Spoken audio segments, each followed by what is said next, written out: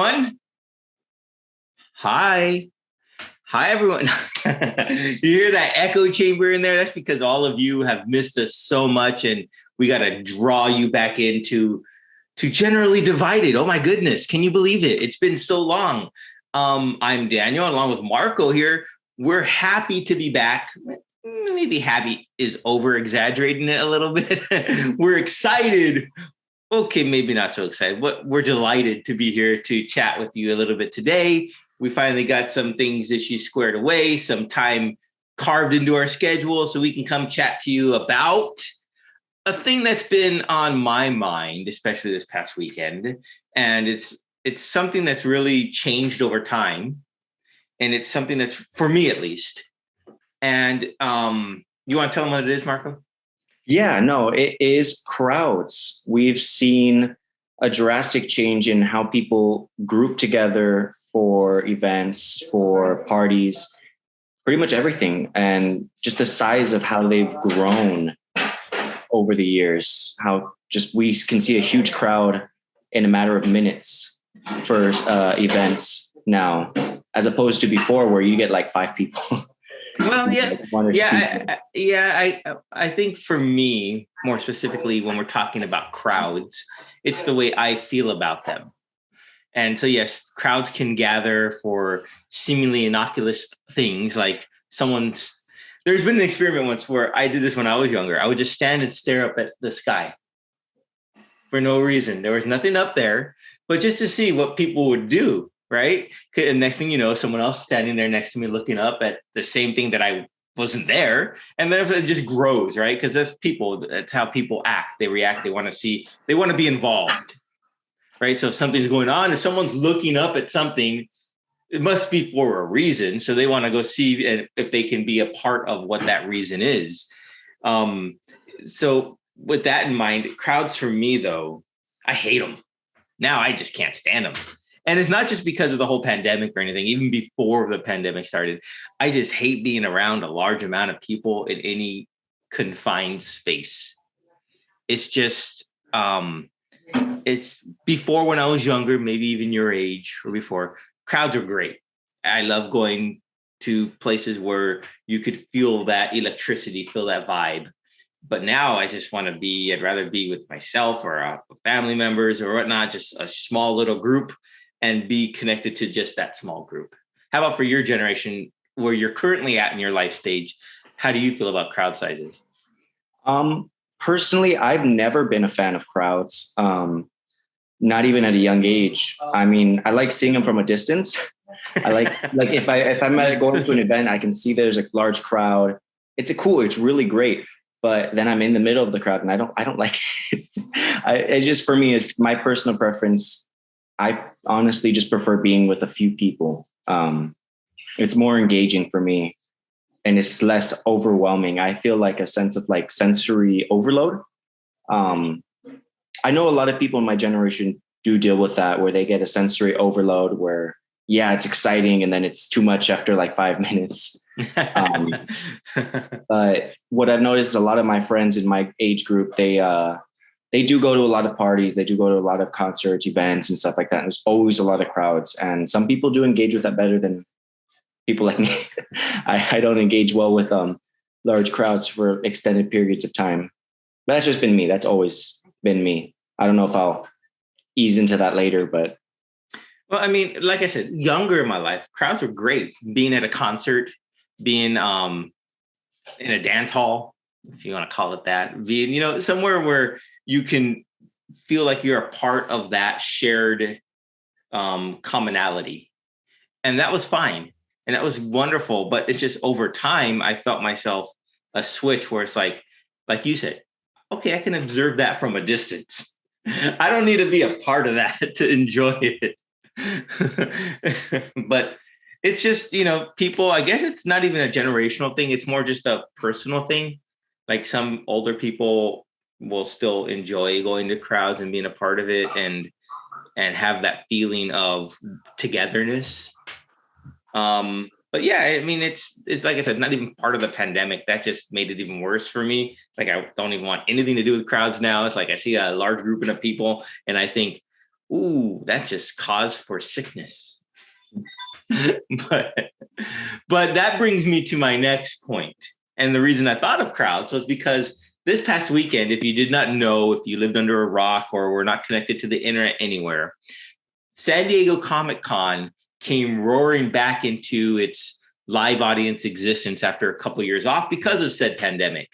Now, being away from San Diego, I was not able to attend in person. I did follow along in all the Twitter and social media stuff on it, but you were there for a little bit from the outside, right? Yes, I didn't go into it, but I did get to experience a few events on the outside. It is share those with just as crazy as I remember. Okay. There's the tents that are on the outside. That's a free event where everyone can go to and attend. Let me stop you right there. I have not been to a Comic-Con since probably 1997. Oh, wow. Before you were even born. And this is when it was smaller. It was not the big, huge conglomerate that it is now. I mean, it was big then, but it wasn't anything like what it is now. There was no outside events. It was all inside the convention center. So to say, no, I don't. Okay. So correction.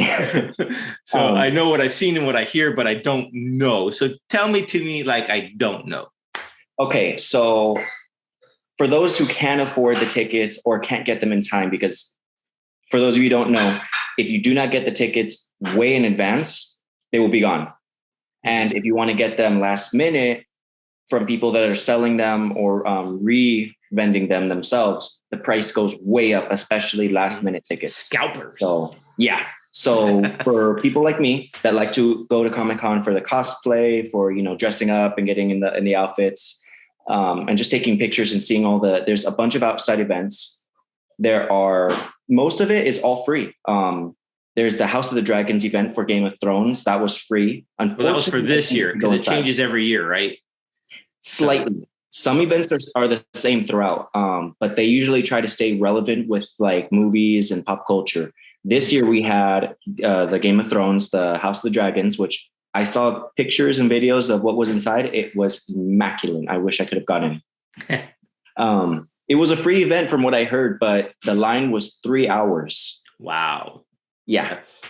And it was free to get in. So people were going in and get to take pictures, and it was immaculate, but it's just the wait, it wrapped all around San Diego. It was far. It was a 3-hour walk just to get to the end of the line.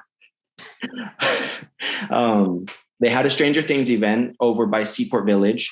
And there's a tents area. So it's a free entrance. You don't have to pay. You just walk in.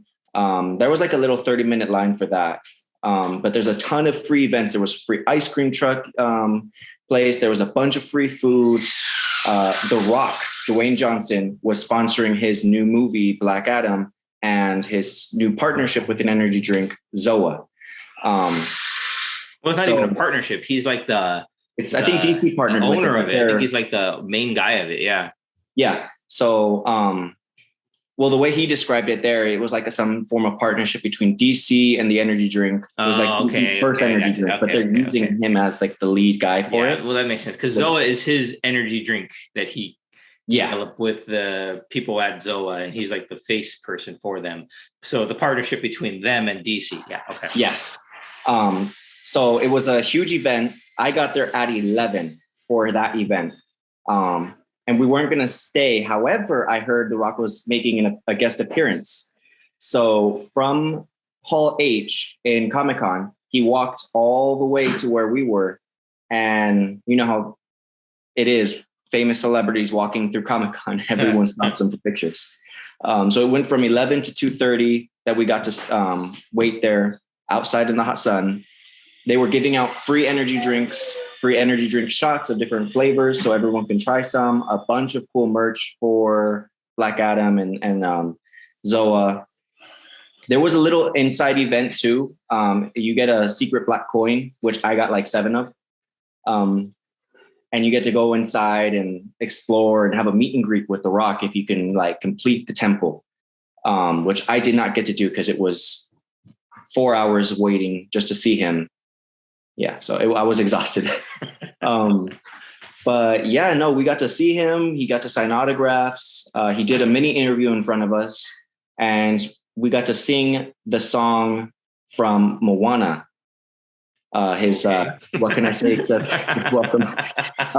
He did a group sing along. We did a group sing along with The Rock, Dwayne Johnson. Everyone started chanting Maui, so that was fun. That's cool. But it literally went in 30 minutes. I was there at 11 until 2. In 30 minutes, I kid you not, there was a huge crowd. Yeah, I can bet.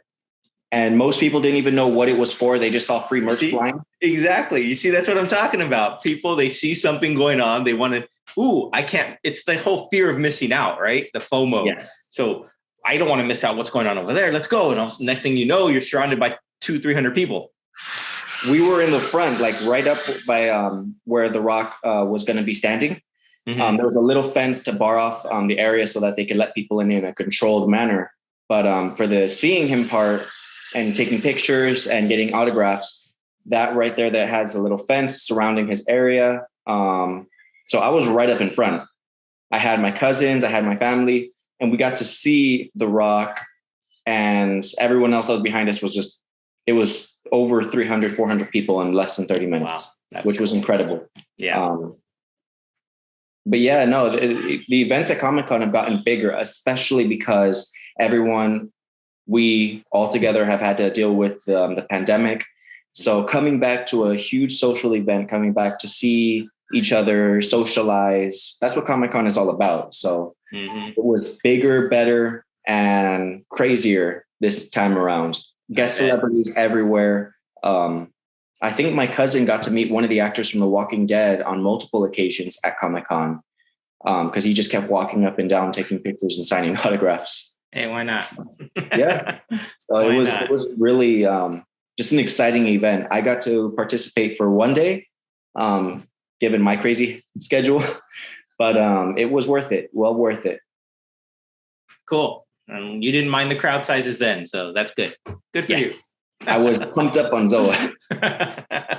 Zoa makes you forget your fear of crowds. Woohoo! You hear that, Rock or Dwayne? You can use that for your slogan. Lose your fear of crowds. Well, I think that sums up our take on crowds and how it changes. So thank you, everyone, for stopping by for a little slice of Generally Divided today.